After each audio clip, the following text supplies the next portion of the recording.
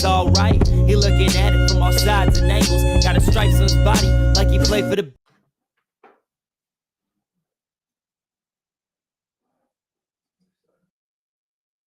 ain't hard to choose. For your sport shows, updates, and interviews. The only way is the right way, I might say. Nobody doing it better. Y'all some lightweights. Malik Wright, up all day and all night. Pushing all the buttons up to something till it's alright. He looking at it from all sides and angles. Got a stripes on his body like he played for the Bengals. Oh man, there's no one discussing it. They came, they stayed, they either did it or done it. Man, I love it, cause all they ever do is win. So kick back, relax, the team WSN.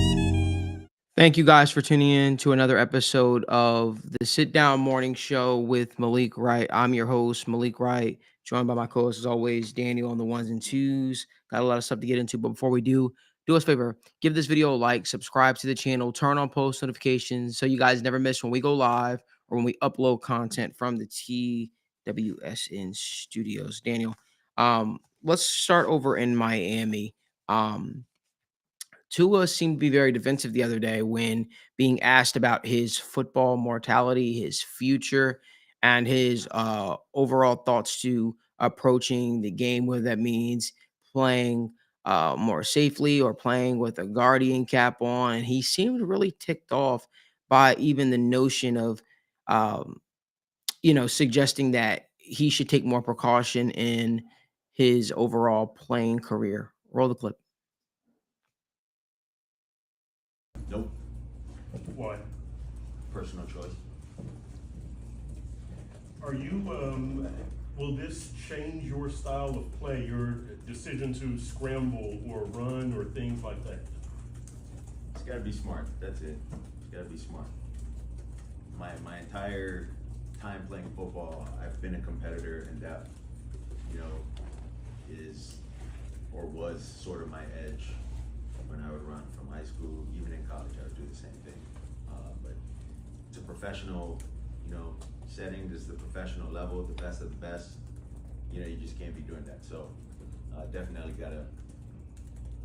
gotta stay more available for the team, for the organization, for our guys. Seems to be very defensive at the notion that he is no longer the same player. He can't return to the same player that he once was before the injuries.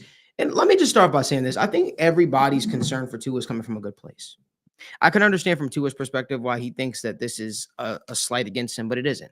This is people genuinely concerned for the overall health of the guy, realizing that the game is the game, right? The game is going to be over at some point in time. And you have to look out for the betterment of your family, of your loved ones, and the overall betterment of yourself, after your playing career is done. We've seen Tua take some nasty shots. We've seen Tua's reaction not be ideal to head trauma injuries and what you see. So I was a little bit taken back to see the overall annoyance it seemed like Tua had. I could understand from a standpoint of, hey, I'm still a good player. Hey, you don't need to worry about me. I could understand about, him saying, hey, you know what? I could still go out there and play with the best of them. Look what my team has done since I've been out. I could see that from a competitive standpoint as to why you're like, who are we to talk about his playing future, to talk about his overall career trajectory? But let me be very clear. I think genuinely, everybody's coming from a good place. Nobody wants to see Tua take another injury. No one wants to see another head injury. No one wants to see him getting carted off again. So I think with regards to that, I think Tua should try to understand from the media perspective, but also teammate perspective, organizational perspective. It's not that people are waiting to turn on you. It's not that people don't believe in you. It's that people are genuinely concerned for your overall well-being. This isn't the first, this isn't the second time.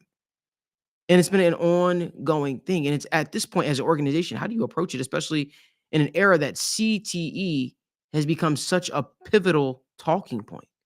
At what point do you say, hey, you know what? We don't care about Tua, right? Is that the approach you want this organization to take?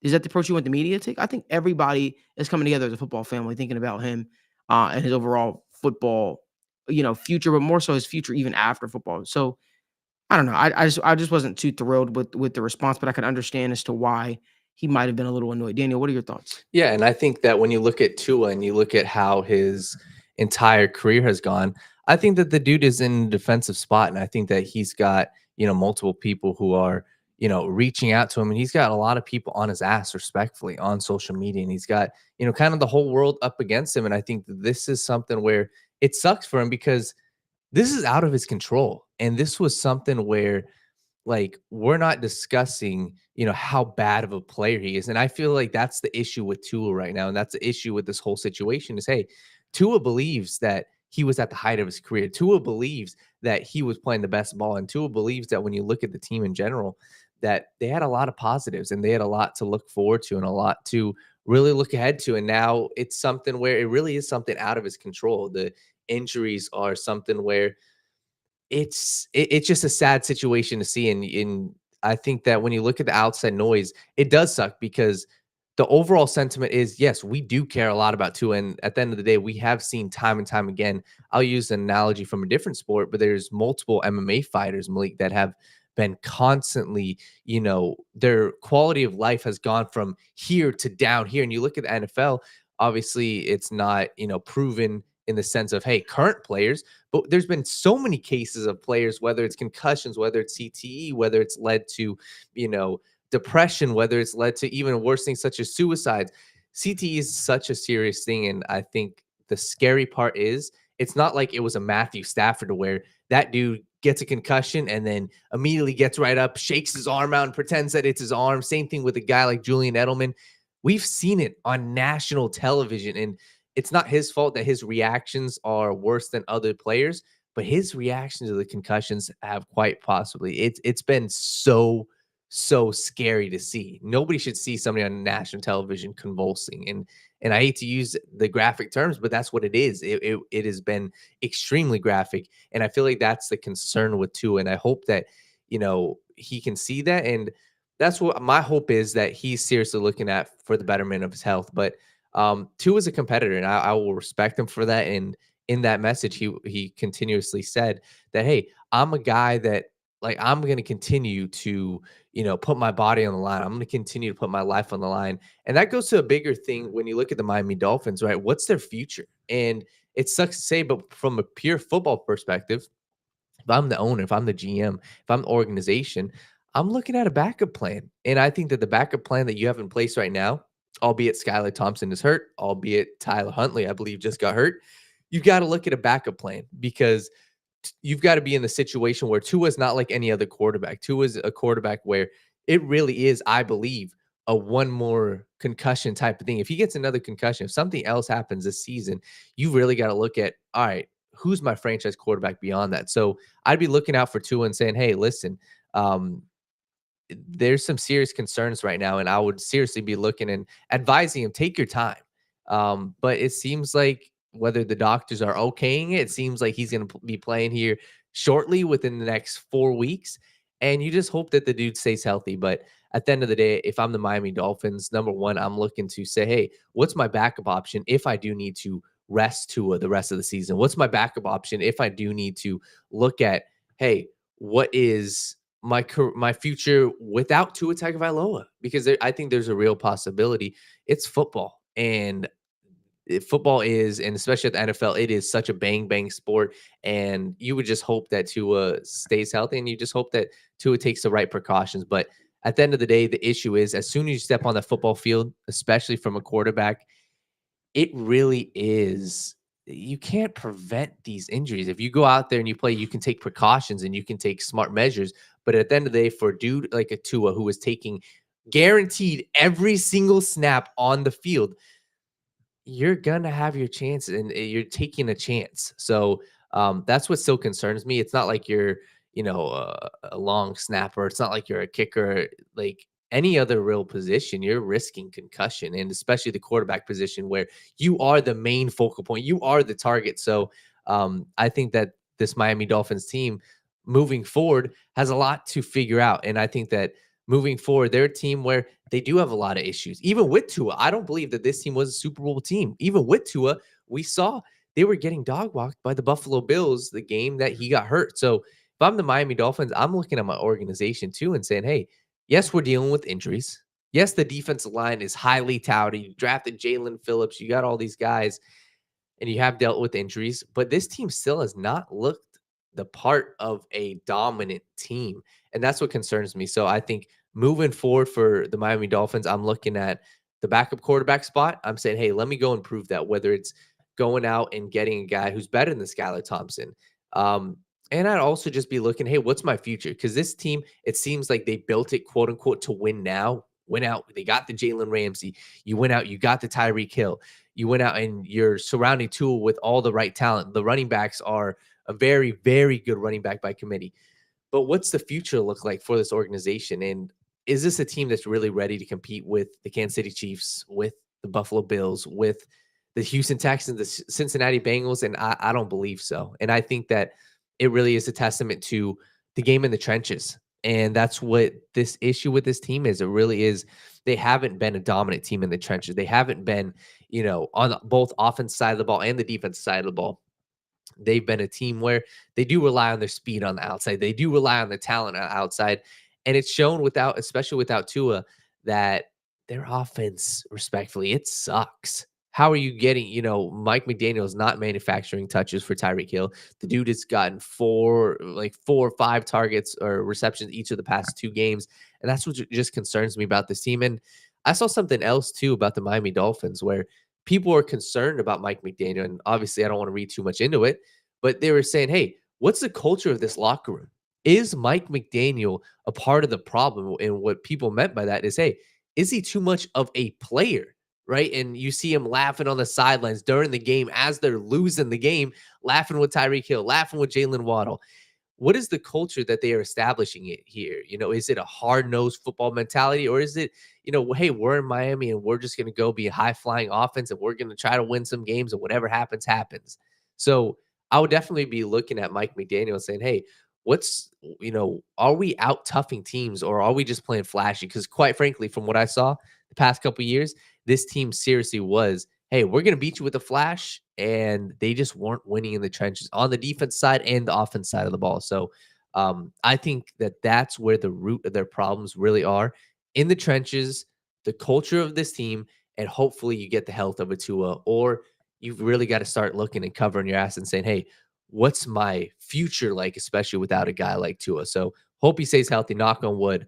But I would definitely be a little concerned. Yeah, I think that, who are we?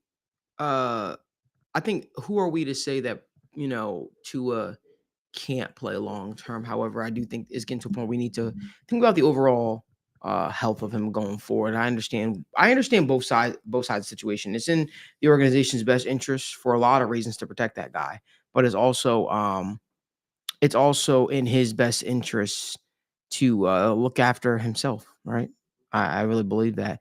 Uh, you know, as we do each and every single week on this sit down morning show, I'm going to be joined by our guy, Parker Blake, TWSN analyst. And I'm certainly want to hear Parker Blake's thoughts on the Tua Tagovailoa situation. So without further ado, Parker Blake, what's going on, my man? How we doing? Good, man. How y'all doing? I'm doing good, brother. Brother, listen, I got to ask you, what are your overall thoughts on the Tua situation? Do you think that he's going about it the right way? Not that even what we say even matters necessarily, but do you, or would you have liked to see him maybe take a different style approach? You coach football yourself, so you have you're much closer to the game than I am. Being close to the players that you work with and stuff like that. I'm really curious, like from a football coach's perspective, is it a weird spot that you're in? Wanting to see players obviously look after themselves, but you also want to make sure you're doing right by them yourself as a coach, because also as a coach, you sort of take on a leader role. Doesn't matter how old the said player is. But I'm really curious here what your thoughts are, Parker, as a coach, but also just as someone who loves the game. Yeah, no, it's actually been an interesting year this year for us coaching wise.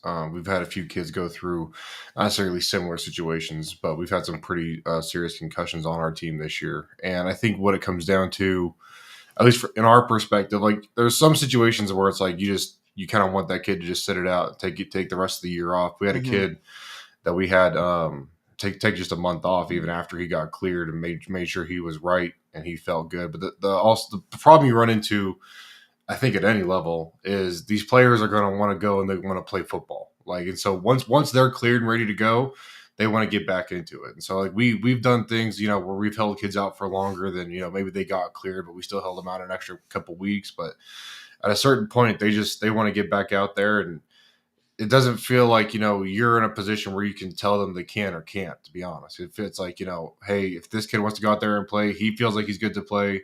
We feel like we've taken all the proper steps for him to get out there and return to play, then you just got to let him get out there. And then, if another situation happens, you have to take that, as you can when it does happen, and hope it doesn't happen. But I think that's the struggle that they're going to have, especially with this Tua situation, is that guy, whether he's not thinking about, I'm sure he has, I'm sure he's thought about the long-term ramifications, but he's not really thinking about it. And I think that's the issue, right? Where he's just like, oh, I'm still healthy, I'm still able, I feel good, I feel all right, I'm going to return to play. 'Cause that's the thing with concussions is, once you kind of get back to relatively normal, you're not going to feel those impacts, day to day or even hour to hour. I mean, it's the long-term stuff.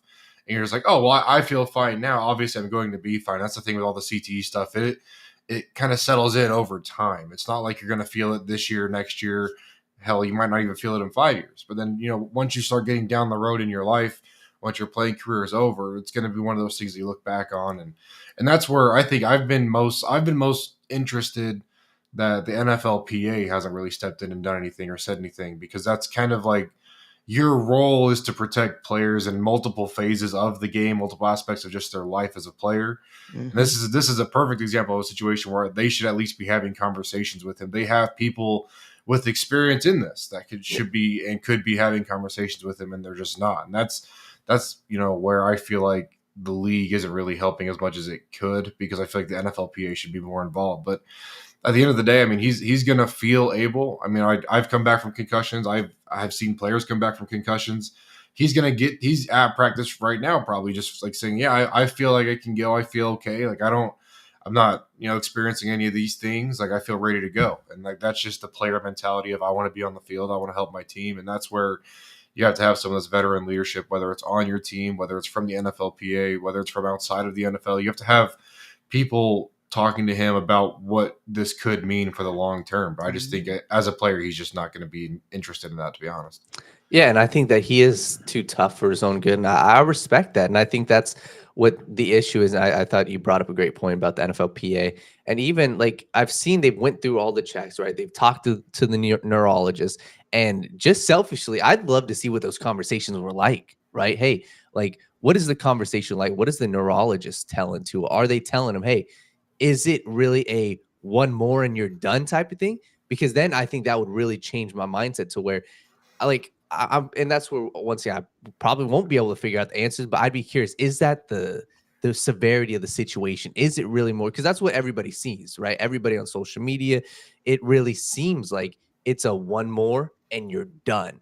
I'd be curious to see if that's the truth. And I think if I were in his shoes, once again, I respect everything he's doing. I would hope that he is talking to people who are dealing with certain ramifications, right? Go talk to some guys who are in their 50s, in their 60s that have played.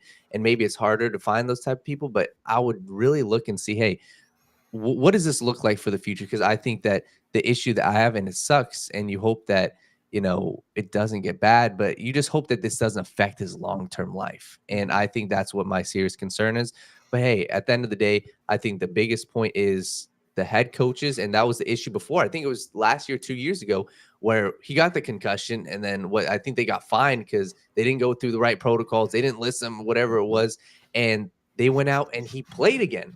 So as long as they're going through the right protocols, I definitely think you're right. It's a sport where it really is up to the player. And this would be really a first to where, hey, they're saying that you cannot play. I don't think that's ever happened to where they said, hey, you have to medically retire, the actual NFL saying that. So I think this is a new situation, and you hope that the NFL would take from this and really learn from this. But overall, I guess, Parker, what would you say is the next steps for the Dolphins? When you look at the rest of the season for them? Yeah, no, they haven't handled every team's there are 32 unique situations in the NFL, right? And I don't think the Dolphins have handled their unique situation properly. I think I said that when Tua initially went down, where you know what type of quarterback you have. You know how complex your offense is. You know that you have a situation of losing your quarterback like relatively regularly. I think you need to back him up appropriately. You need to have a guy in there, not just when he goes down, but learning the entire system through the offseason, in camp, through OTAs, a guy in there learning this scheme so he can, be the proper fit to step in if he needs to. Skylar Thompson isn't that guy, but I think, people have known that. Like people Yes. knew coming into the season, week 1, if Tua were to ever go down, this team is going to drop off because Skylar Thompson's not an appropriate backup. Obviously you're not going to get like a starting caliber player as a backup 99% of the time, but you have to get a guy in there that can appropriately fill in and has the same traits. That's one of my issues across the league, right? Where you see so many of these teams where we have, this superstar quarterback or this, above average level quarterback, and then his backup isn't even like the same style of player. So now your play calling and everything changes. And so I think moving forward, they need to keep that in mind. But as far as this season goes, I think the conversation that needs to come up is, is Mike McDaniel's offense too complex to really survive the course of an 18 plus game NFL season? Or is it just something that, you're going to have to live in that world where if I lose a starter at really any position, then we're going to have a significant drop off because guys just aren't ready to step up. But that is where you talk about that coaching aspect of it, where does he need to adjust and simplify some things, correct some things? Is he the guy that's, stoking the competitive fire under his players? Or is he just the guy that wants his players to be able to play comfortable, play loose, but isn't necessarily going to instill that killer mentality? And so I think there's just a lot of different variables around the Dolphins team, whether or not the Tua situation is there or not, that are giving them problems throughout the year. And so it's been interesting to watch from a number of different perspectives. But I think moving forward, they have to really decide who they want to be, who they are, and then if that's going to be what it takes to win. I agree with everything that you guys said here. I think if there's any situation you can sort of compare it to, you really can't. There was a receiver a couple years back by the name of Percy Harvin. He didn't have necessarily diagnosed concussions, but it was the closest thing to a situation. He dealt with what do you call it?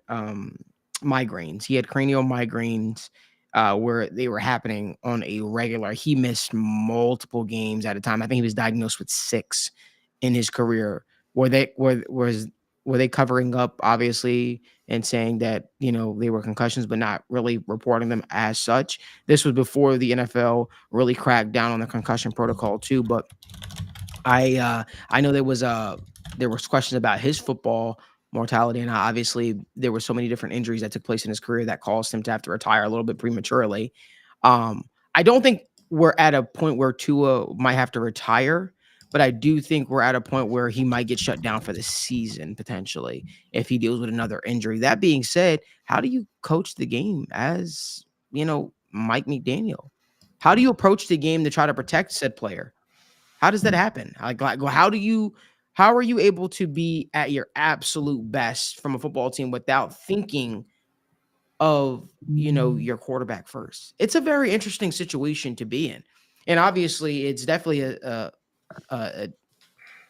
very intricate conversation to be had because we've spent 23 minutes talking about it, and this is just the first topic of the show. So I don't know what my thoughts are.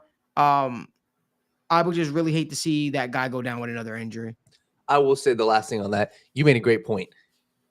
It's very hard, and this is from the coaching perspective. It's very hard to coach and say, hey, we're going to coach, and our main priority is to protect our quarterback in the sense of, hey, all the stuff we do, we have to really simplify it. And I'm with you. I think that it should be a necessity. Hey, protect your quarterback, but it's football.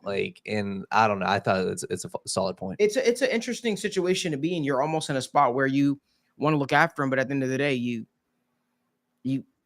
at what point do you lose the competitive advantage? At what point do you do? I don't know. It's just interesting. If you guys could do us a favor, give this video a like, subscribe to the channel, and turn on post notifications so you guys never miss when we go live or upload content from the TWSN studios. You know it's going to be a jam-packed show when the first topic of the show goes for almost 25 minutes. That should tell you a lot. let's keep the conversation rolling though. Let's get to some of our week 7 overreactions if we can. You know what? No, actually, let's move on over. Let's go to the Steelers. Let's go to the Steelers. And Parker, you'll like this. I came up with it. It says, "Are the Steelers dangerous with Russ? Are they dangerous with Lord. Russ? They certainly look like a more sufficient offense." You know, Mike Tomlin basically slapped me and Daniel across the mouth and said, "Shut the hell up. Yeah, I don't know football. It's the reason why I've never had a losing season in all my years here in Pittsburgh." But are the Pittsburgh Steelers a true playoff contender with Russell Wilson? Are my eyes deceiving me? Does their offense look better? 37 points they hung up on the Jets. Yeah. 37 points on a Jets defense that we praise. To me, it just seems like the Jets are just Daniel's Jets, I'm sorry, are completely just falling apart. Nope. I got to hear your thoughts, though. What are your thoughts on the Pittsburgh Steelers, Parker? I mean, I know this Jets defense is a solid unit. They look good. They play hard. I think at this stage of where this Jets team is right now, I'm not going to take one game against the Jets to say that anybody's done anything.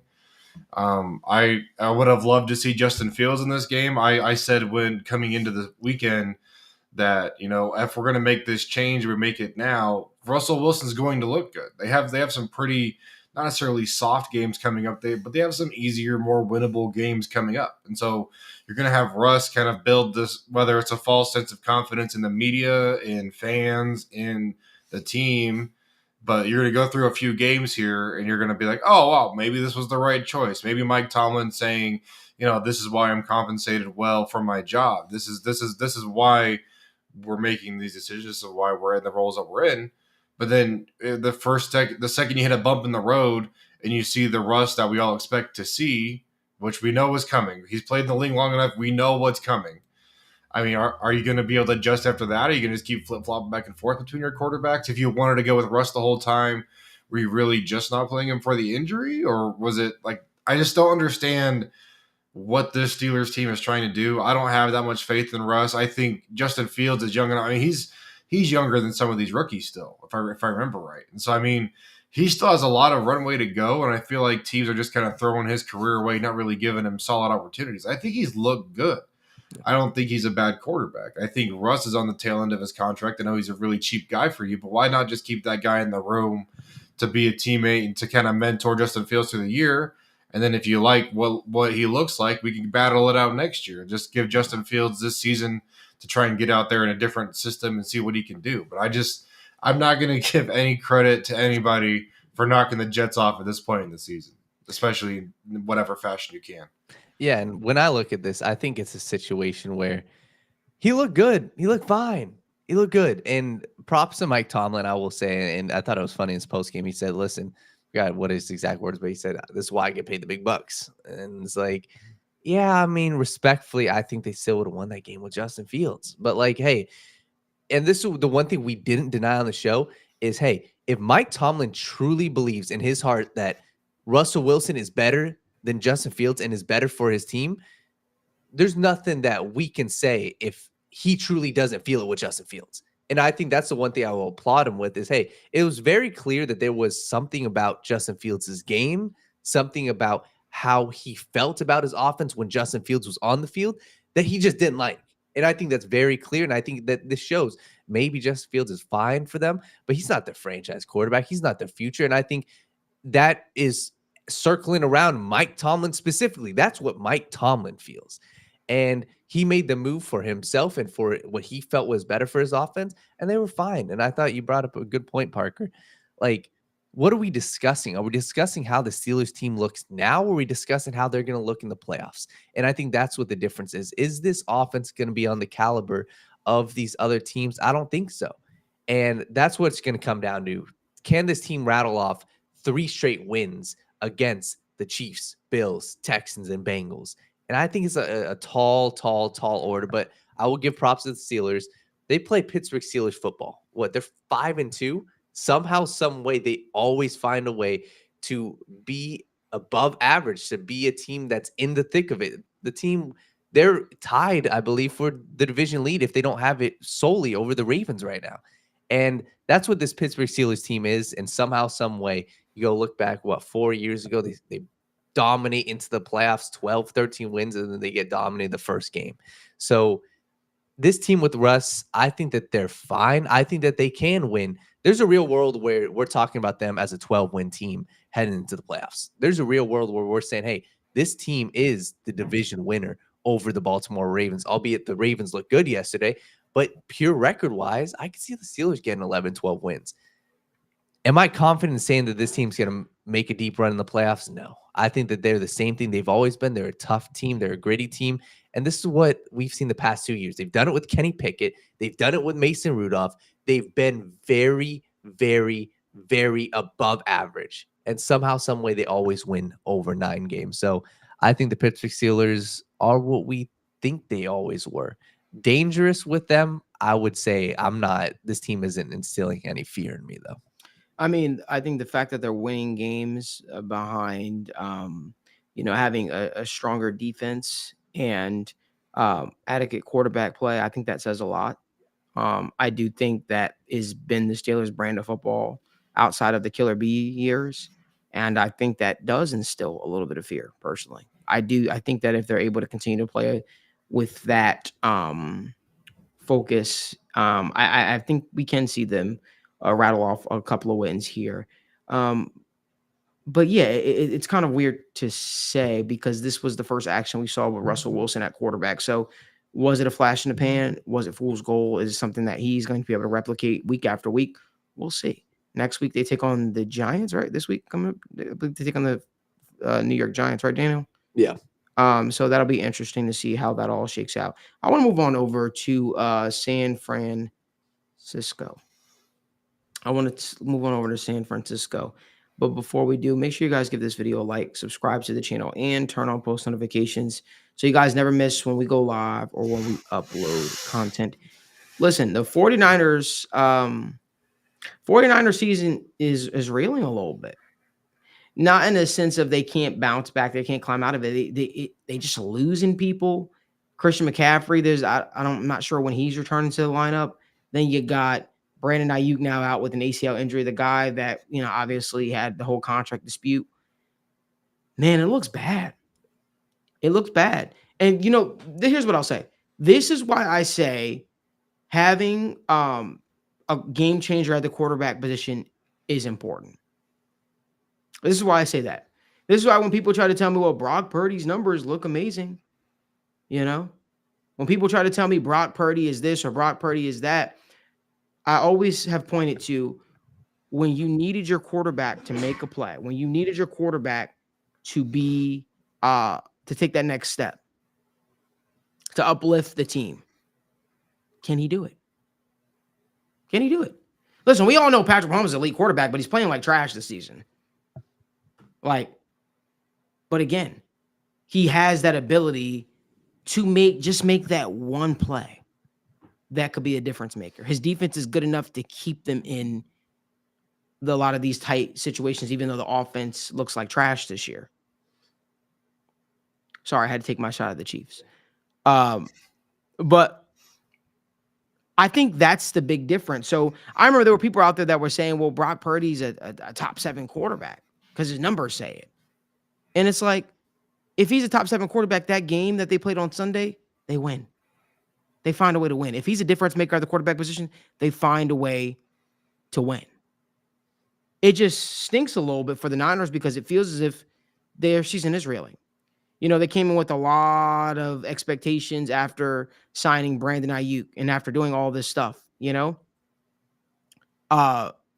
fact of the matter is, it hasn't panned out that way. And I'm afraid that it might cost Kyle Shanahan his job. I'm afraid that it might cost Kyle Shanahan his job. I love my guy Sean Brennan in the comment section. He says the score doesn't show how much of a blowout that game was. They scored a garbage time touchdown. Chiefs rolled on them on Sunday. Patrick Mahomes also threw 2 interceptions, and he has more interceptions than touchdowns this season. So that's just an interesting stat too as well. Daniel, but I'm really curious to hear your thoughts on the 49ers season outlook, if you will. Yeah, I think that they're a team where they are dealing with injuries. And Brock Purdy is, I really like Brock Purdy. I think he's a very good quarterback. The injuries that they've dealt with, though, and what they are dealing with is something that only elite quarterbacks, I believe, can overcome. I believe that's something where it's only the Lamar Jacksons of the world, the Burrows, the Patrick Mahomes, the Josh Allens can overcome. When you lose your not just number one wide receiver, your number two wide receiver, when you lose your number one running back, a lot changes. And I think a lot changes for a quarterback like Brock Purdy that does rely a lot on his outside situation. And he can make in spots. I think he's a great scrambler. I think he's great outside of the pocket, but it's in moments. It's not over the course of entire games. I think Do you think he's a game changer? I don't think he's a game changer Okay, I just wanna quarterback. make sure. No, I just wanna make sure I we don't were- think he's a game changer Okay. quarterback. I think, thought you were going. I thought you were about to start defending him.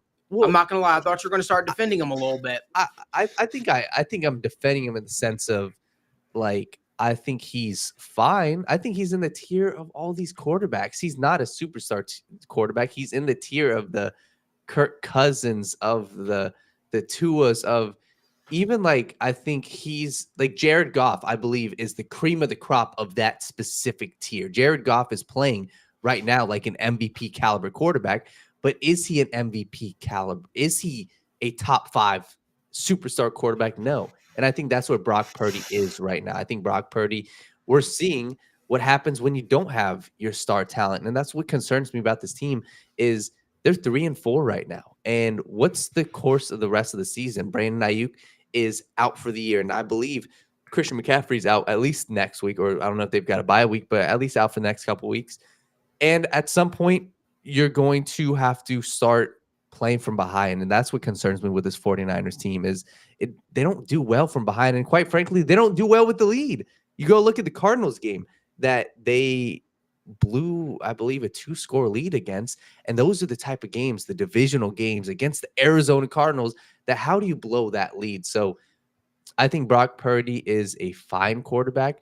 But yes, are we talking about a Super Bowl caliber team right now? I think that they aren't on the tier even close right now to a Detroit Lions, to a Minnesota Vikings, to a Green Bay Packers. I think those 3 teams are the cream of the crop when it comes to the NFC teams. And the 49ers really are standing on shaky water. So you hope that they get better health. And I want to see this team with Christian McCaffrey. But as this team looks right now, they're not of the upper echelon with those other teams right now. And they're just not playing like those teams. I'm really curious. And Parker, I want to get you in on the discussion. I'm really curious. Purdy has this year and next year left on his contract. I'm really curious would the Niners go out there and try to make a play for Sam Darnold, who's certainly played himself into a very favorable situation this offseason. I'm just very curious about that. I don't know. I just want to kind of spew that out there. But Parker, I want to hear what your thoughts. What your thoughts are on the Niners season trajectory or outlook? Well, first off, I don't know if Sam Darnold gives you a lot more than Brock Purdy's already giving you. However, I feel like that's an ideal situation as far as your 1 and 2 quarterbacks. I feel like those are going to be 2 very similar players and guys that are going to give you the same kind of production with whatever. You think so? I do think so. I'm also a Brock Purdy truther though, so take that for what it is. Okay, we got a little bias here. It's like Sean with the Chiefs. Got it. No, I think this Chiefs game, I mean, there's certain games you're going to play throughout the course of an NFL season as a team that you're gonna expose some warts on your team, and you're gonna expose some warts on other teams. And I think the Chiefs just seem to be a team that, every time they play anybody, no matter if they play a great game or a terrible game, teams always play up or down to wherever the Chiefs are at. But the Chiefs have that guy at the end of the game that's going to make those plays, that's going to close out those games. And I think that's what you are missing in a Brock Purdy. Brock Purdy's closer to a game manager quarterback than an elite quarterback. However, I feel like, the elite quarterbacks in this league is kind of that top 5 group. And then you really have from 5 to, you could argue all the way down to 12, 13, where you have this bigger group of guys that they can win. They can go out there and win football games. They can run this offense, but you're going to have to surround them with talent. I think that's what they've done in San Francisco. But I think you also have to speak about how's their defense doing. They've even suffered injuries on the defensive side. I think this 49ers team isn't the actual 49ers that we expected to see or would like to see out there on Sundays. I mean, they got Deebo Samuel dealing with the pneumonia thing. They got defensive line injuries up and down throughout the season so far. I mean, they're missing pieces left and right. It feels like every week, and so I just don't know how much you can put on the team opposed to just on the week to week performances, and that's where I'm starting to kind of buy in to what you guys have been talking about throughout the season. As far as this might really just be a Shanahan issue, where if you're not able to adjust, I mean, it's great having all this star talent in the building. It's great having these pieces on both sides of the ball. But as you lose those pieces, that's where, I mean, yeah, elite quarterbacks will step up in those situations, but top level coaching steps up in that situation. Yes. Look what the Packers were able to do with Malik Willis, who I thought shouldn't even be in the league anymore. And they went from a guy in Jordan Love, who they, tailored this offense around, and they brought in a guy in Malik Willis who they even said, like, he can't really do much of anything, but let's make his job easy. And they changed their their offense didn't even look the same while Malik Willis was back there at quarterback. And they were able to win games in a dominant fashion. And that's where it's like that's a top level football coach. That is a top level head ball coach. And I think that's where I'm starting to look, where I do still think Brock Purdy's a significant talent. I think you have an impressive offensive line in front of him. I think Jordan Mason's been filling in the role of running back very well. I think this defense still has a lot of really good pieces. How are you not able to be more competitive in games that you should honestly be winning? And I think that's a great point that, quite frankly, when you look at this past game, when I went and watched it, the Kansas City Chiefs just outcoached the 49ers. And I think that's the thing, to where there is one head coach and offensive mind on one side of the ball that can scheme guys open against man-to-man coverage. That's Andy Reid. When you look at the other side of the ball, not shit was happening, respectfully, for the 49ers. They couldn't get open against man-to-man coverage.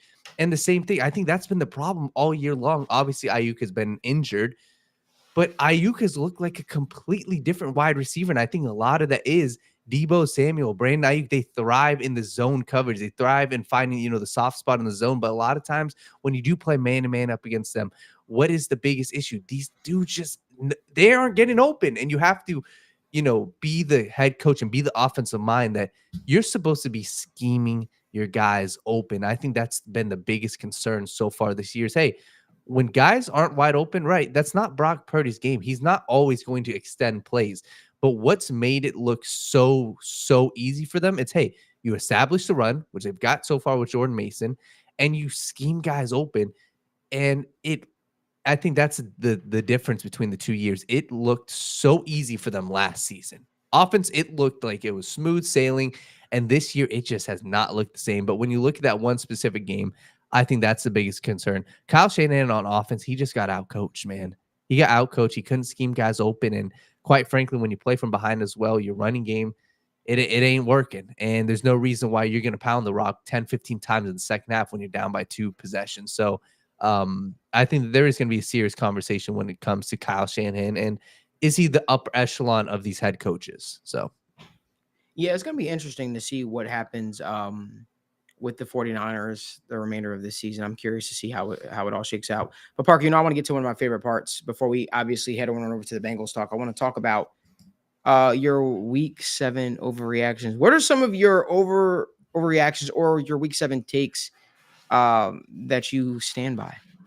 I think my top one, as I was thinking about it yesterday coming into the show today, that I want to spew out there is probably going to age like milk. But I think we might be staring down the barrel of a Lions-Vikings NFC Championship football game.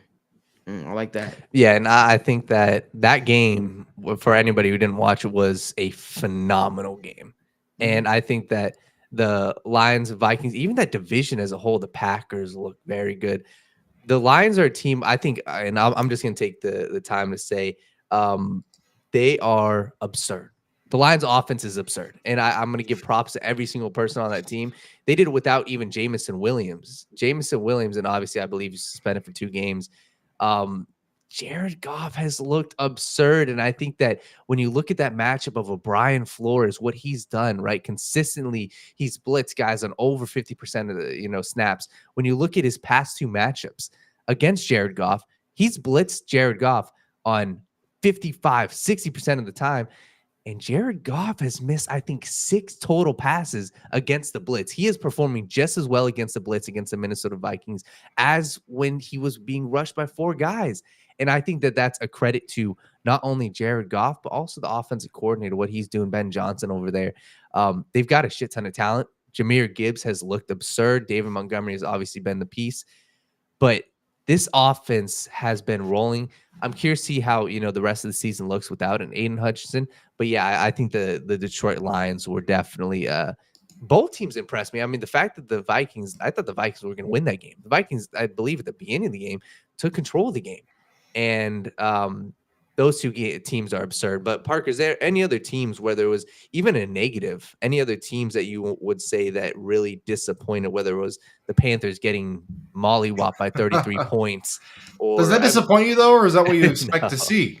I guess didn't that's the expect. Well, this is what Malik and I were talking about.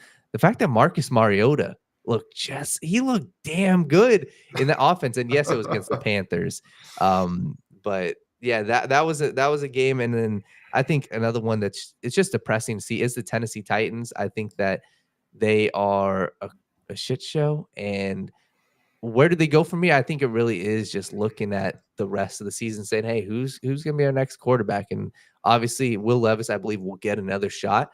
It just doesn't seem like the Callahan Will Levis duo is working out. And it sucks because I am such a huge fan of this defensive line. And it's been something I've watched all season long, from Jeffrey Simmons to they've got a bunch of dudes there. Obviously Tavondre Sweat, Harold Landry, and they are wasting what they've got going on defense. Their defense over the first 5 weeks was on a historic pace when it comes to, total defense, and they're not doing jack shit on offense. So that's something else that's really, really disappointed me. Was there anything else, Parker, whether it was the Texans-Packers game, any other games that really piqued your interest? Well, to speak to the Titans too, I think they're on an interesting trajectory. I think, with Bill Callahan being in there, they're going to have a couple solid pieces on their offensive line. I think they'll keep stacking talent in the draft in that group. I think this is going to turn into one of those teams. I mean, you look at their backfield, you look at their offensive line and its future, you look at their defense. This is going to turn into one of those teams that might just be a zone-heavy, defensive-led team. They might just go out there and they might just win football kind of, I keep saying NFC style, where we're gonna punch you in the face. We're gonna prepare for a slugfest, and if you just let us bully you, then we're gonna win the football game. And if you don't, then we're gonna be in a really tightly contested football game. But I think that's just kind of the path that they're on. I just think they're a year or two away. So I hope they don't waste all the talent they have on that team. I think they can get there relatively quickly. It'll be interesting to see if they truly do or not. Looking around the league, I think this Commanders team I think just is legit now, and I think that's worth saying. And I want to talk about this Chargers team, man, because not finding the end zone on what is it now, 15 straight possessions, that is bonkers. That is at any level, that is insane. That is even possible. So they have to figure something out. They have to. Jim Harbaugh is leading a better roster. And this is what we said before, though, with Staley as well. Like, this roster feels like it's underperforming, but at what point do we go from, oh, this roster isn't getting maximized, to, is this roster just not as good as we thought it is or think it is? And that's the conversation I don't know what the answer is necessarily. I still think they have a lot of good pieces. I think this is one of the top offensive lines in the entire league if you just look at the talent that's on it.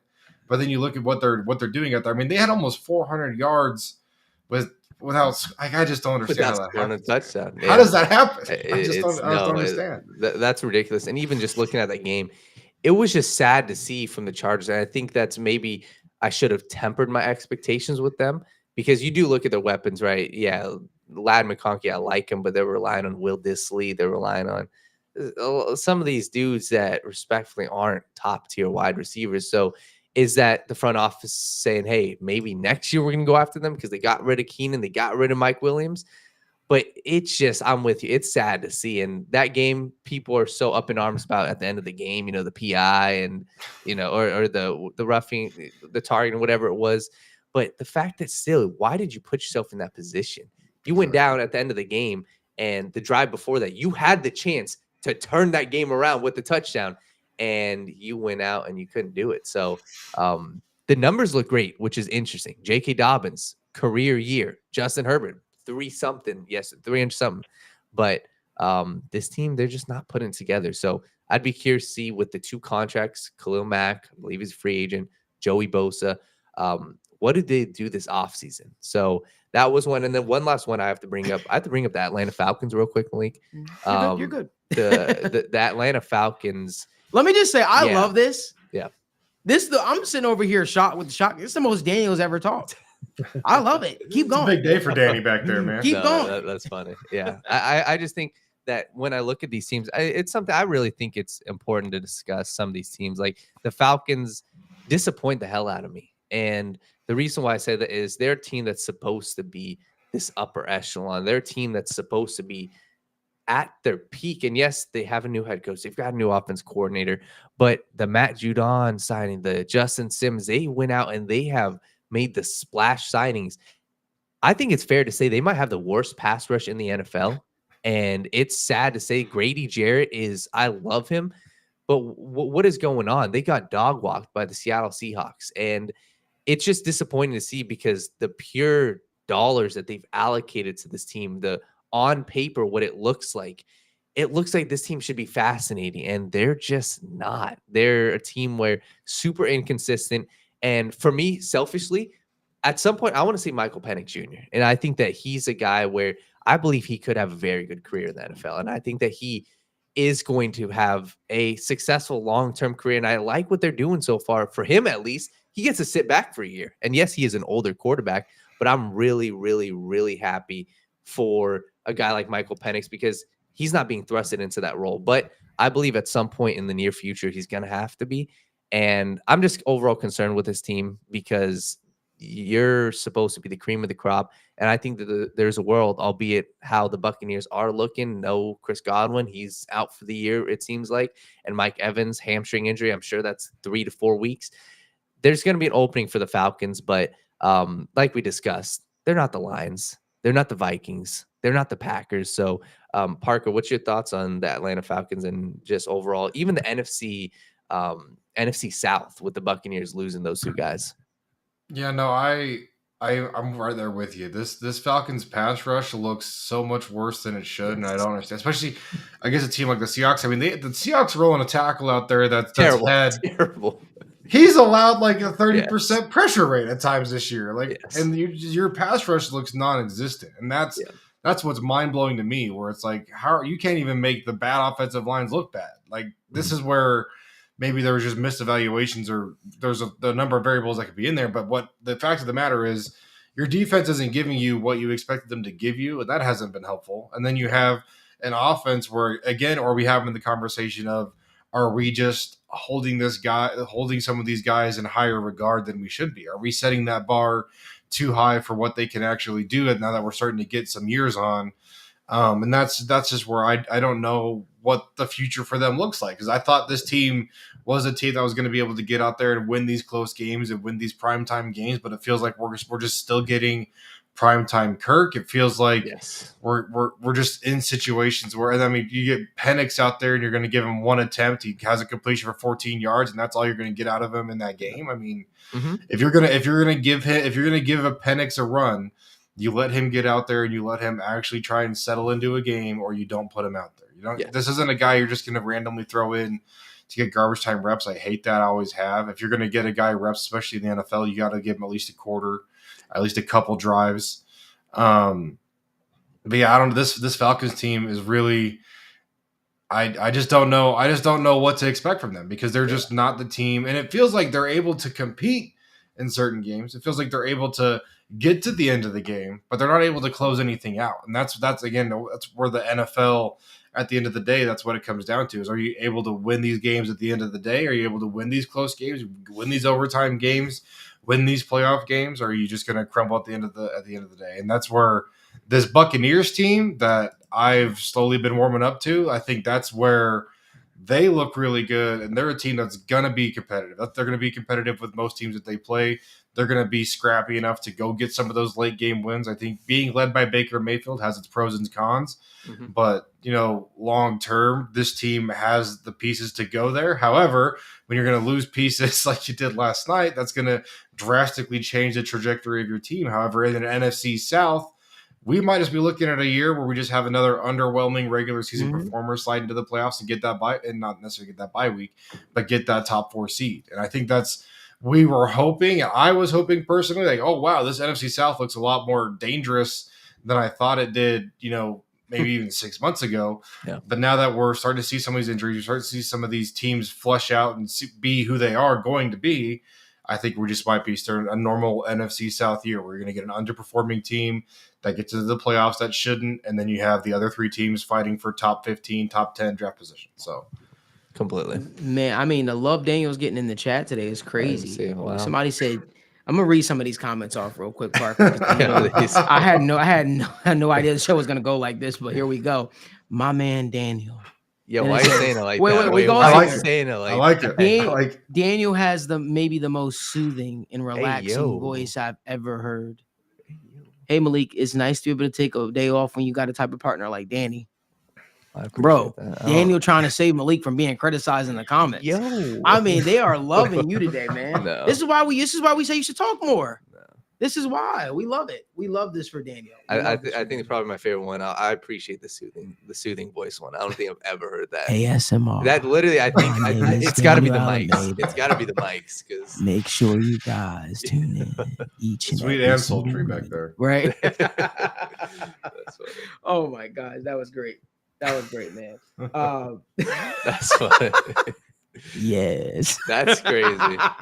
The headphones, it works well in the headphones. I'm not gonna lie. Man, Daniel has a soothing voice, man. Maybe that's why Chase loved him so much. I have no idea. But that's Chase is our dog, by the way. Preface that. Whatever you got to say. Whatever you got to say. Somebody bro can read books for a living. Yo. Yeah, go read this damn Dr. Seuss book. No, let's start. Let's start. Let's talk about. Let's talk about the Bengals. Right, the Bengals take on the Philadelphia Eagles this week in a pivotal game. Let's talk about it, man. Let's talk about it. Do we think the Bengals can overcome the Eagles? Do we think the Bengals can beat this Eagles football team? I certainly have my thoughts, Parker. I know you guys have been talking a lot, but I guess I'll start it off actually. I do think the Bengals can beat the Eagles. I do think that this is a very good matchup. I think it's one of the, if they're able to pull this victory off, I feel like it's the one victory that they have this season that people will actually give them credit and respect for. Obviously the Browns game, there's a lot of, the Browns are this, the Browns are that. They don't have Deshaun Watson. They're a mess. They're about to do a fire sale of their players. So there's a lot of people out there that aren't giving the Bengals a lot of credit for that victory, although I'm giving them credit for an AFC North gritty type of victory. I think that this game is going to come down to a couple of factors. Are you able to contain Saquon Barkley or slow him down? And are you able to let Justin Hurts be a passer? Jalen Hurts. I said Justin Hurts. I'm thinking about Justin Fields. Are you going to go out there? You're going to let him run on you? Him and Saquon could be a deadly duo, man. So I think that I think when you look at it, I think that's what the Bengals defense is facing this week. Can they slow down Saquon Barkley? Because I think Saquon is the key to this game. And from an offensive standpoint, right? From a defensive standpoint, I'm worried about one man on that Eagles defense, and his name is Jalen Carter. That's who I'm worried about. I'm worried about him. Are you going to allow him to wreck the game? Can Alex Kappa and Cordell Volson sort of slow down the pressure that Jalen Carter is going to try to bring up the middle? I don't know. I think that if they're able to get pressure up the middle on Joe Burrow, it's going to create a hectic life for this Bengals offense, and I think we could see them sort of revert to being conservative a little bit. But it's going to be interesting to see how it all plays out. I think those are going to be the key to victory: slowing down Jalen Carter, slowing down Saquon Barkley, letting the rest come to you. Danny, what are your thoughts? Yeah, I think that you hit the nail on the head. And I think it's important when you look at this team, the biggest difference between them now versus before, they've got their weapons back. And I think that's the part where I got to make sure AJ Brown's fully healthy and Devontae Smith's fully healthy. But that was their issue. And that's what, when I looked at their game against the Saints, when I looked at their game against a couple of these other teams, they looked terrible. Like it was, this offense was quite frankly one of the worst offenses I've seen. I believe, if my mind's not mistaken, I think it was a Saints game.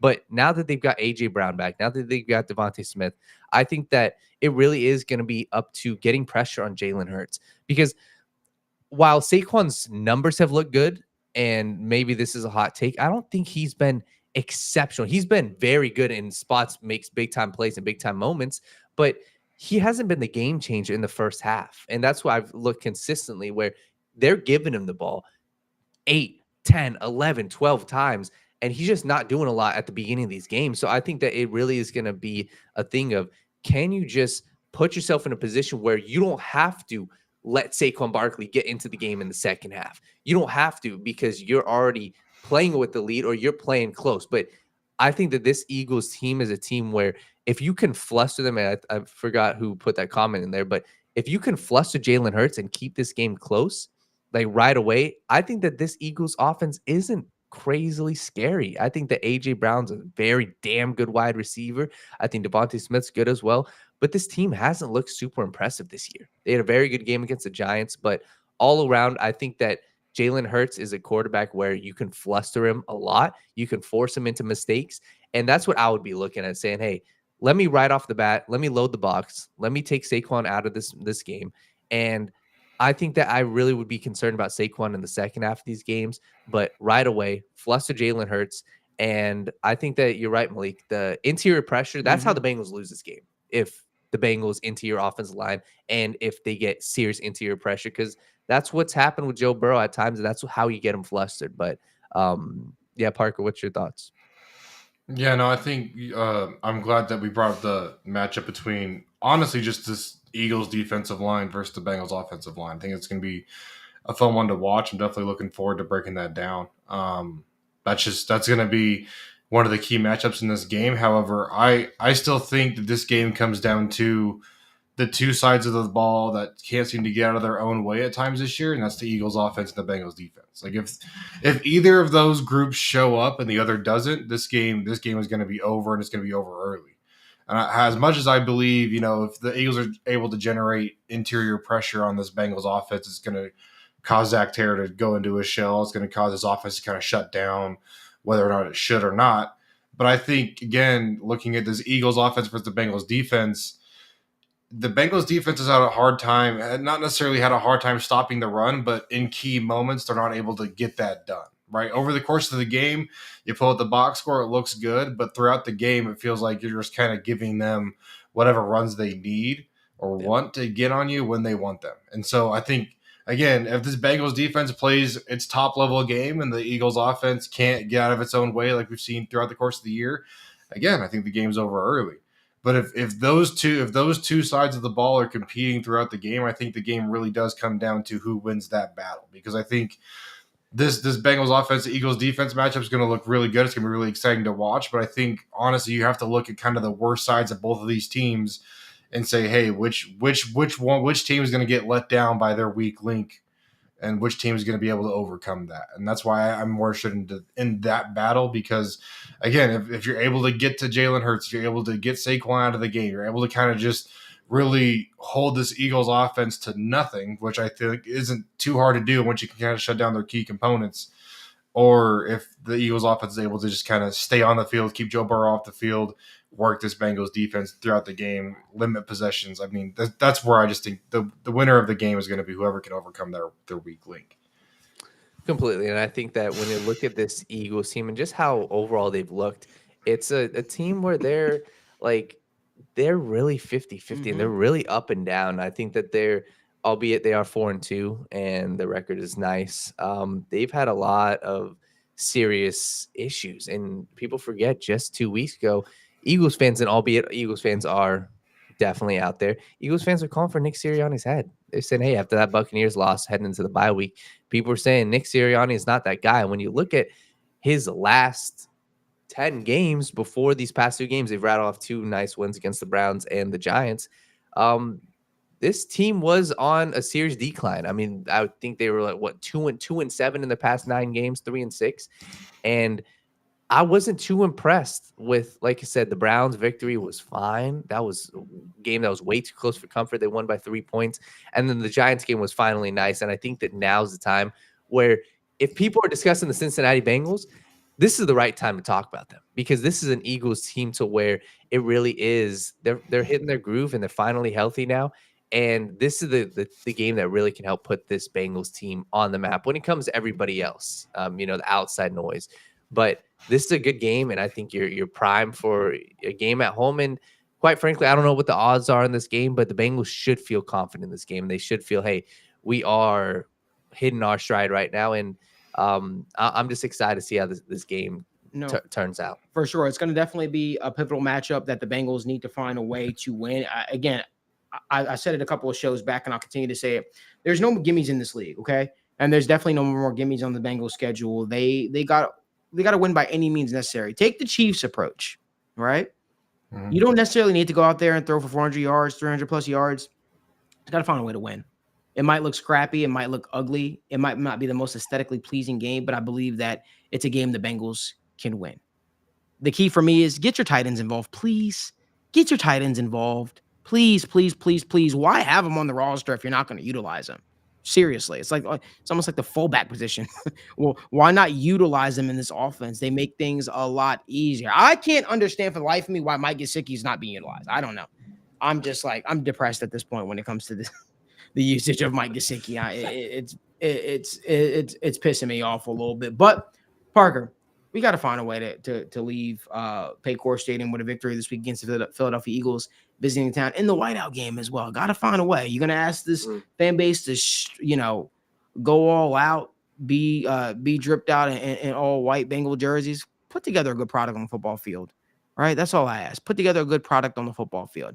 Park, my man, you've been with us for damn near the entire show because the show went this long. I think that's why we love doing what we do. But we appreciate you, brother. Can't wait to have you back on Thursday, and we'll talk things through. I hope you enjoy, my man. Enjoy NBA. Looking forward to it. If you're planning to watch a little bit. I don't know if you're a Utah Jazz fan living in Utah. I'm not a basketball guy. I've been more into this Utah hockey club than I am the Jazz, but I always support the Jazz. I always got to keep up with it. Okay. I can respect that. But my man, we'll talk here soon. We appreciate you. Make sure you guys give Parker Blake a follow on social media if you're not following him already. Truly the best of the best. I'll see you on Thursday, my man. Y'all take it easy. Thanks for having me on. Yes, sir, my man. That was Parker Blake. We appreciate him for joining us on the show. Let's head on over to the NBA. Today is opening day of the NBA season, Daniel. Finally, we have a lot to talk about. Our Boston Celtics get their ring ceremony thing going tonight. Big game against the one team that's making me a little fearful this season, and the New York Knicks. Man, it feels good to see that back. But one thing I want to talk about is there a team specifically, Daniel, that you have that you think can potentially shock? Yeah, I've got a bunch. And are we talking just today, or are we talking this season? This season. Okay. If we're talking this season, Malik, I mean, I've got a bunch. The one team I'll start off with, I think the Miami Heat can shock people. I'm a huge fan. And this comes from a Celtics fan. This comes from a guy who hates the Miami Heat. I hate them, and I think that from a pure basketball standpoint, I think that they play amazing basketball. I love their head coach. This is a team that consistently gets counted out. They're a team that consistently gets, rooted, not talented, not overly talented. But let me just read off the reason why I like this team. First off, I think the roster construction is the most beautiful outside of the Oklahoma City Thunder and the Boston Celtics.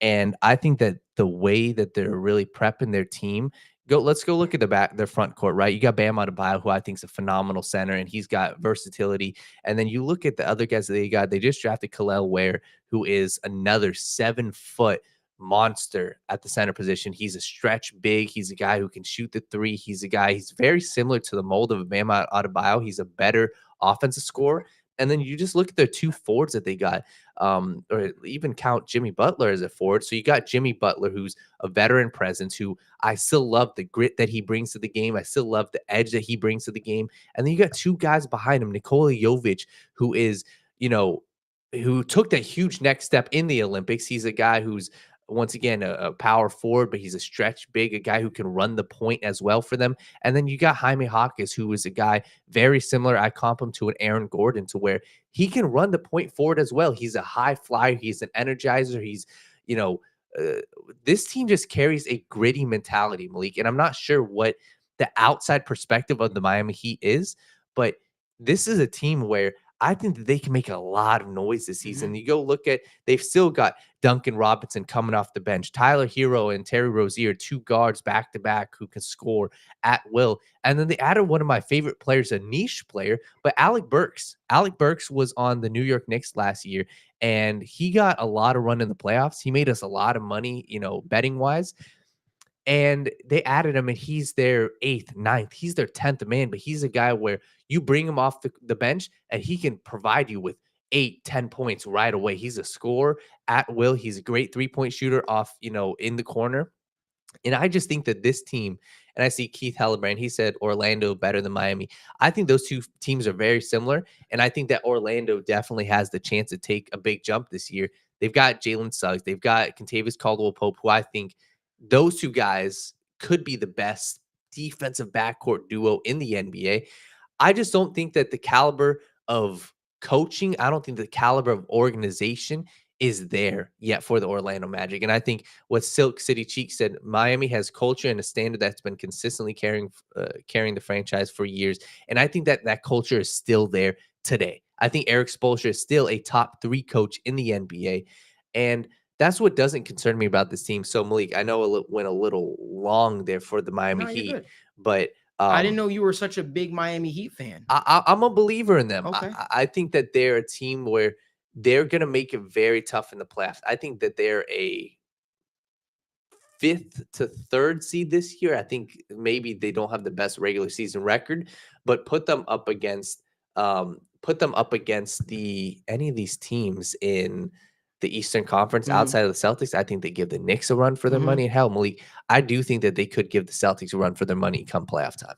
I can respect that. I can respect that. Miami Heat are always a tough out. You know, it's funny, for as much as like the offseason hype they got with the addition of Paul George, I feel like the 76ers aren't getting any buzz right now.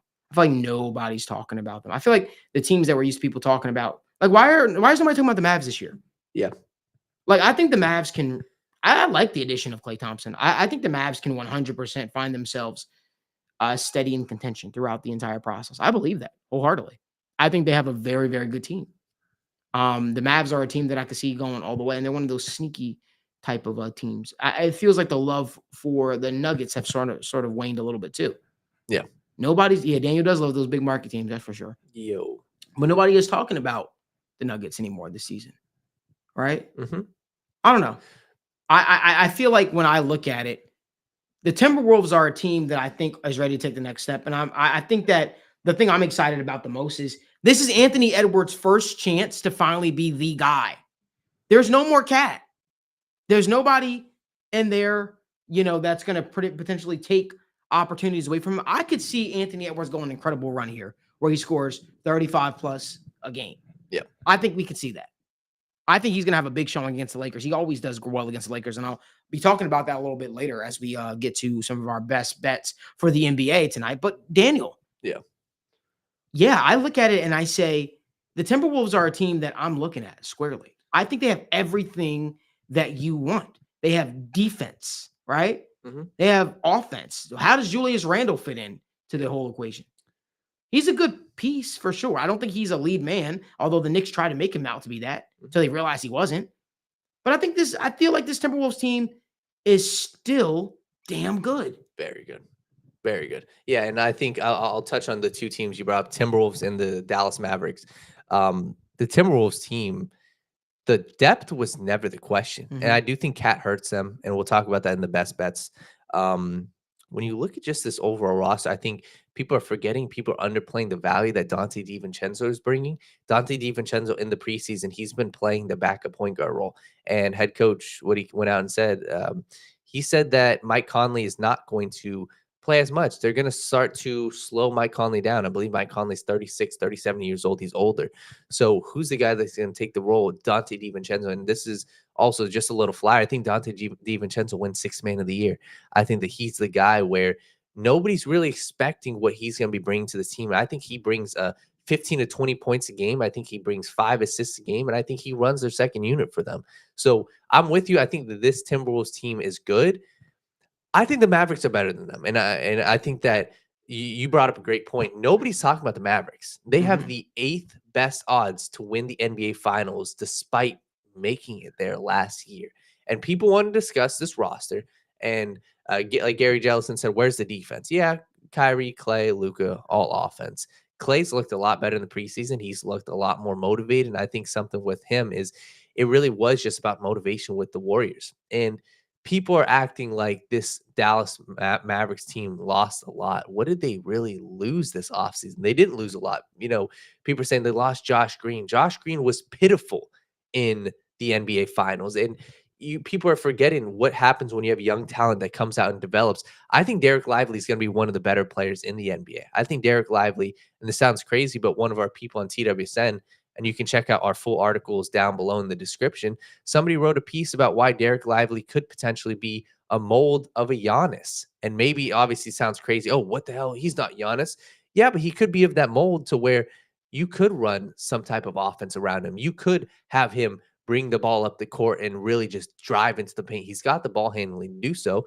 So this Dallas Mavericks team has the components to make it back to the finals. You have a superstar.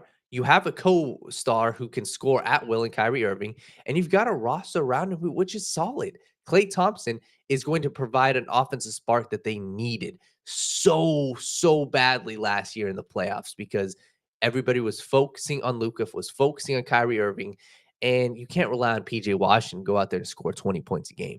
You can't rely on these other dudes to go out there and score 20 points a game off the bench. So, Malik, I think that the team that you brought up, and I think the Dallas Mavericks are getting slept on a ton so far this year. You know, there's a team that nobody's talking about this year that I want to talk about. I want to give their flowers right now. First and foremost, I was paying attention to them because I wanted to see if they were going to make all the right moves, and so far they have. They went out and they hired a coach that was scapegoated in Cleveland and JB Bickerstaff.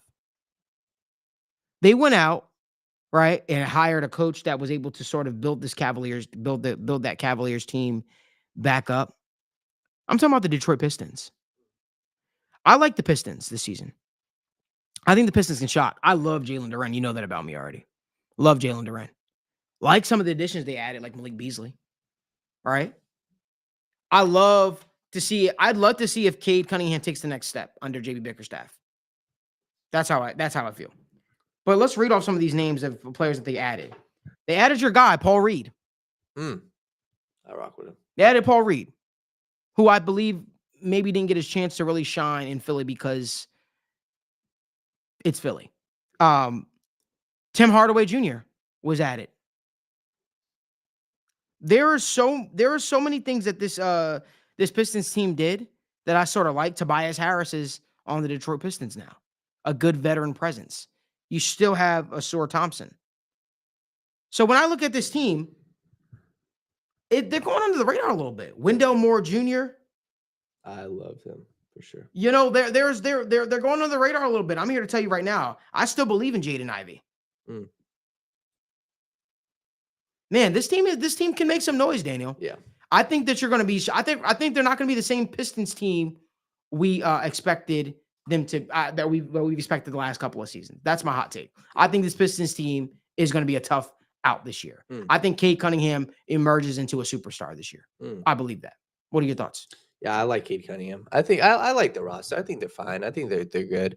I think that we could see them make the playoffs, and we could see them push, one of these teams to the brink. I think that you're right, and I think it is a hot take, and I like the fact that you're staying on that. I think that the Pistons are a team where they're young, and they went out and they added these They pizzas. added vets, They man. did add Tobias Harris vets. is Yeah.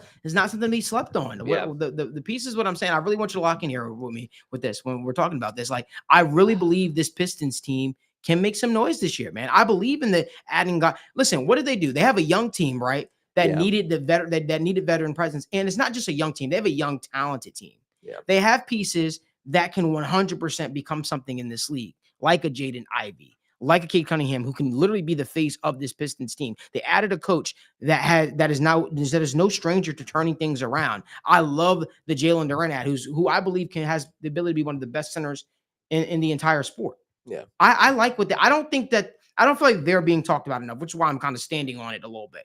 Yeah. I think that I don't know if they'll necessarily make the playoffs. I don't know if I'll go that far.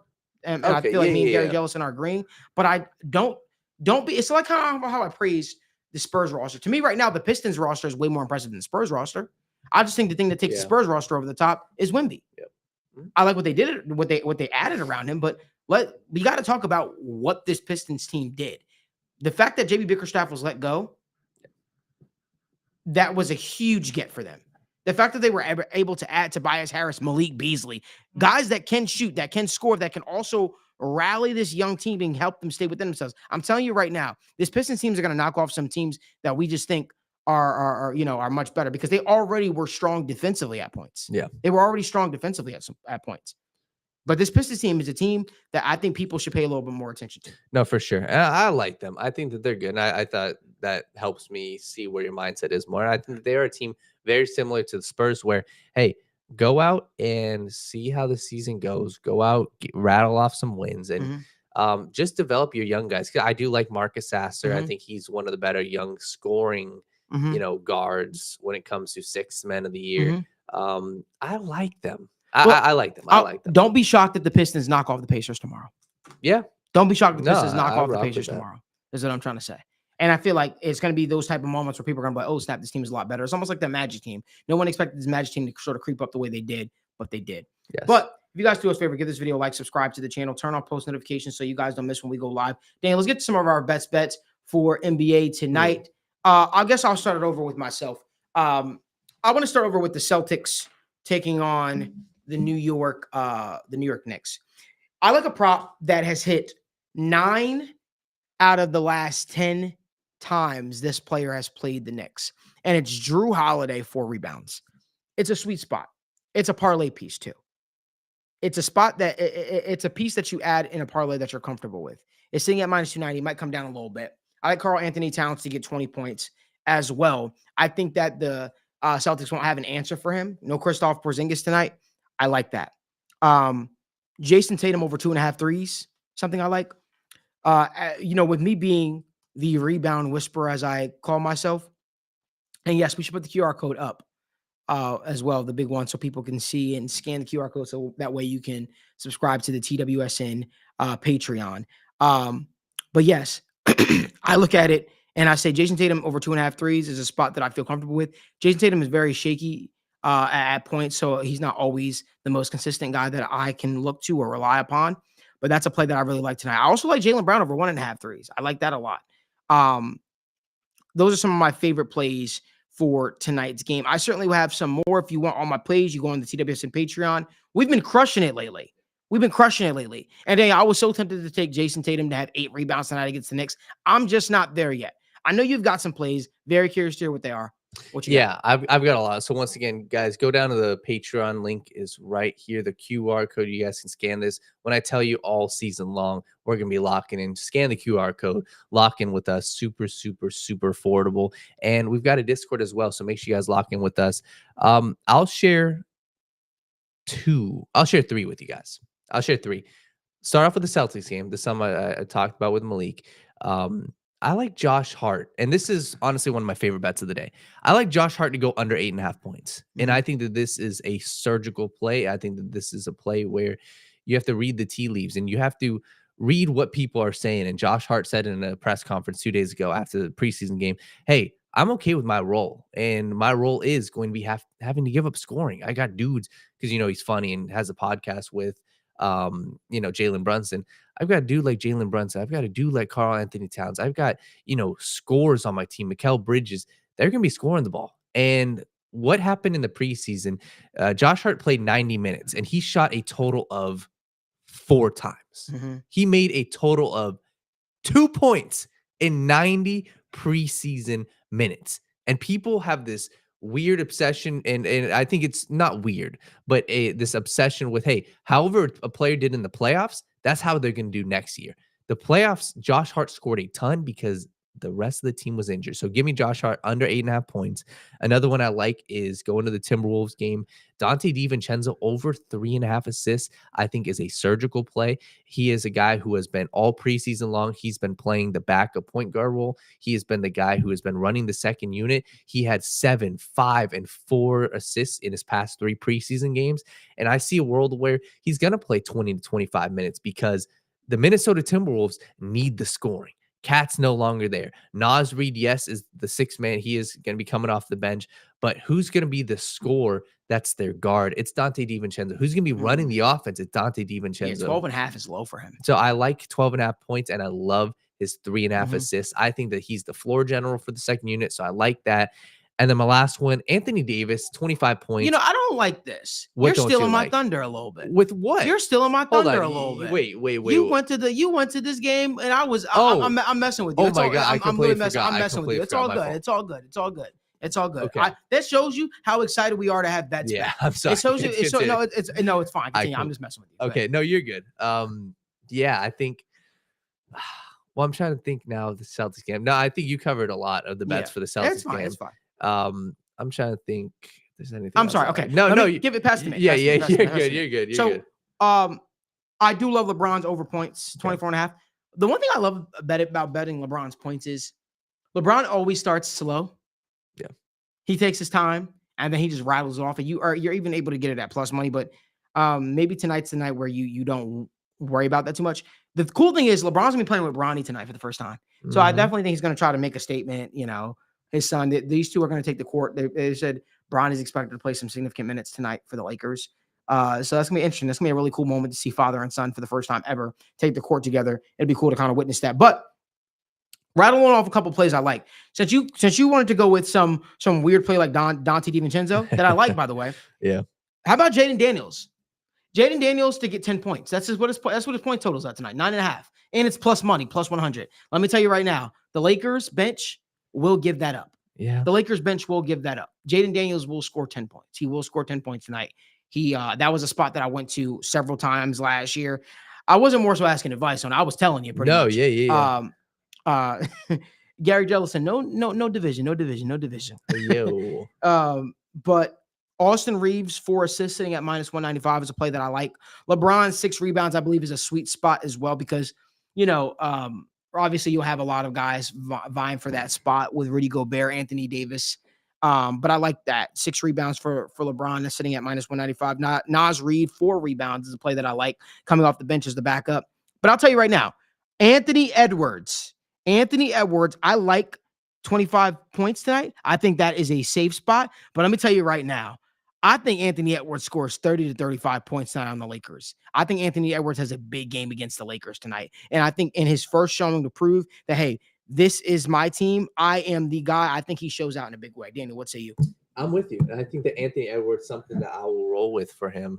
I'll take your 25 points. I do like laddering up. That's something personally I think is smart, right? To where, hey, Vegas knows that if you're just taking the straight up points, that's how they're going to make money. But a lot of times, if you think a guy's going to have a big game, go big.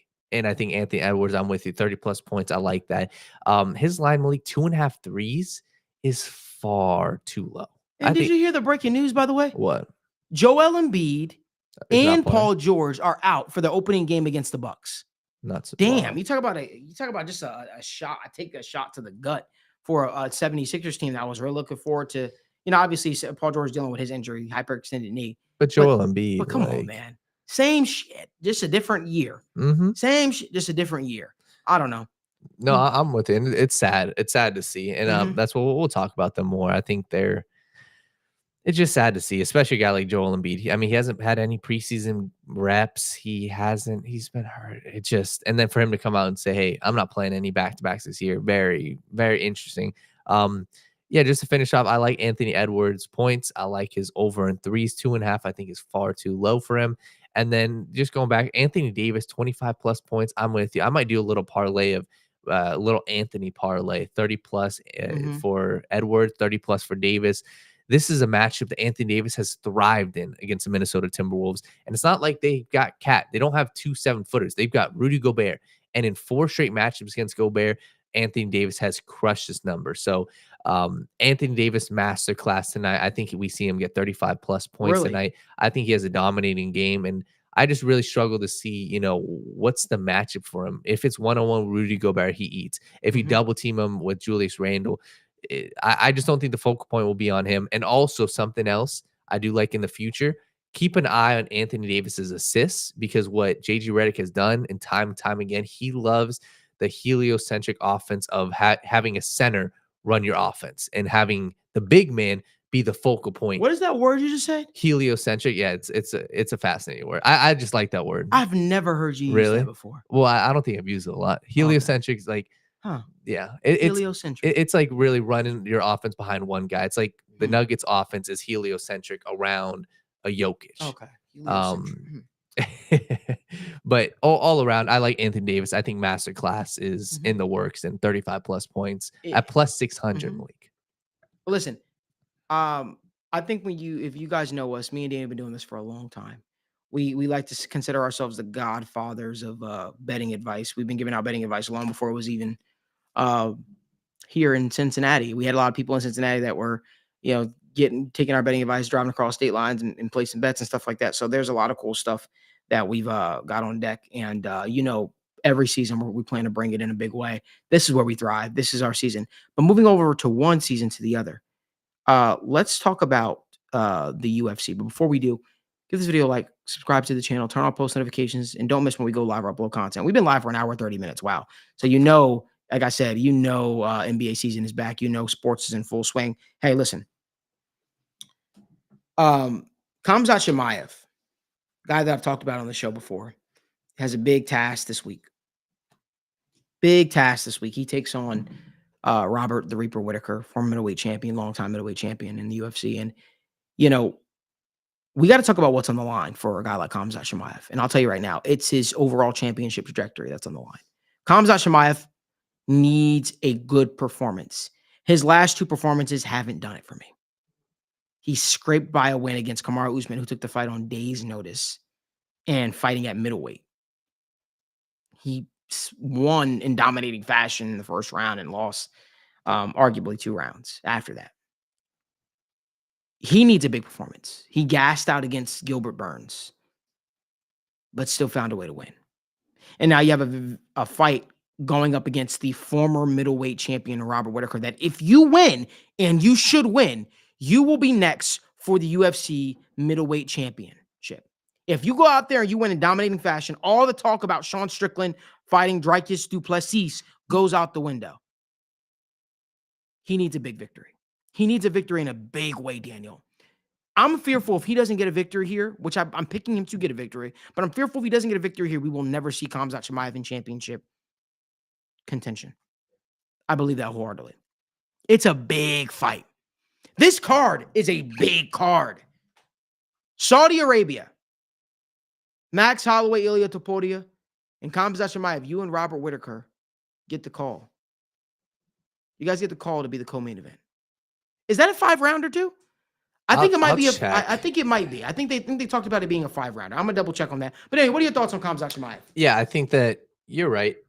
This is a fight where it is for all the marbles, and this is a great fight too. This is something where Khamzat Chimaev, I'm a fan of, and he's dealt with a terrible, terrible, terrible run of illnesses.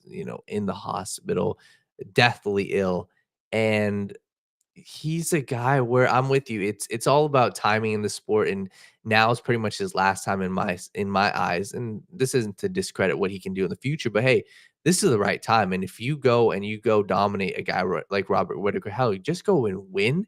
You're putting yourself in the title picture, and your next fight will be for a title. So this is a guy where Malik, he's facing Robert Whitaker, who is widely regarded. This isn't a fight where nobody can come out of this fight, and if Khamzat Chimaev wins and say, hey, that was a terrible performance, or hey, Robert Whitaker wasn't that good. No, wherever this goes, if Khamzat Chimaev dominates him on the ground, that is still just as impressive of a victory because he's doing that to Robert Whitaker. So I think whichever way he beats Robert Whitaker, if he does, it is one hell of a performance because nobody can take away from Robert Whitaker. And I don't think that there's a world where, hey, he dominates Robert Whitaker, he knocks him out clean, or he grinds his way to a 3-round decision victory. If you can take down Robert Whitaker and hold him there for 3 rounds or for 2 out of the 3 rounds and you do some damage and keep him there and you get 10 minutes of control time, I'm giving you all the praise in the world.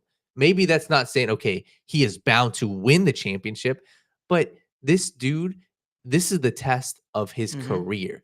He got tested against Gilbert Burns. In a big way. Yes. And then he got tested against Kamaru Usman, who was, taking that on short notice. But this fight should show me, and I'm confident in him. I have no reason not to be confident in him.